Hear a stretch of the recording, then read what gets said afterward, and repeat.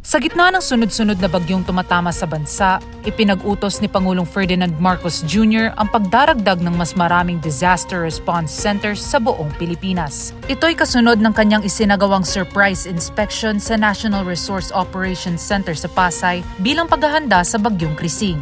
Nagpahayag naman ng buong suporta si Leyte 1st District Representative Martin Romualdez sa utos ng Pangulo. Kasabay dito ang panawagang maisabatas na ang mga hakbang na magpapatibay sa kahandaan ng bansa sa panahon ng sakuna. Giit ni Representative Romualdez, hindi dapat panakanaka ang pagtugon. Kailangang maging bahagi ito ng polisiya sa bansa. Bilang kinatawan ng Leyte na madalas aniyang tamaan ng mga bagyo, binigyan din ni Romualdez ang kahalagahan ng pagkakaroon ng batas at estratehiyang tutugon sakaling masalanta ang isang komunidad. Para sa mambabatas, hindi sapat ang pagiging reactive. Dapat laging may pondo at plano bago pa man tumama ang bagyo. Tiniyak naman ng Department of Social Welfare and Development o DSWD na may nakaabang na halos 2.9 billion pesos na pondo at libo-libong relief items sa higit 900 relief hub sa buong bansa. Kaugnay niyan, binigyang diin ni Representative Romualdez ang pagkakaroon ng legal na mandato sa pagtugon sa isang sakuna. Mababatid na noong 19th Congress ay isinulong niya ang House Bill No. 13 o ang pagtatag ng Department of Disaster Resilience. Ito ang pangunahing ahensyang tututok sa paghanda, pagtugon at pagbangon ng bansa mula sa kalamidad.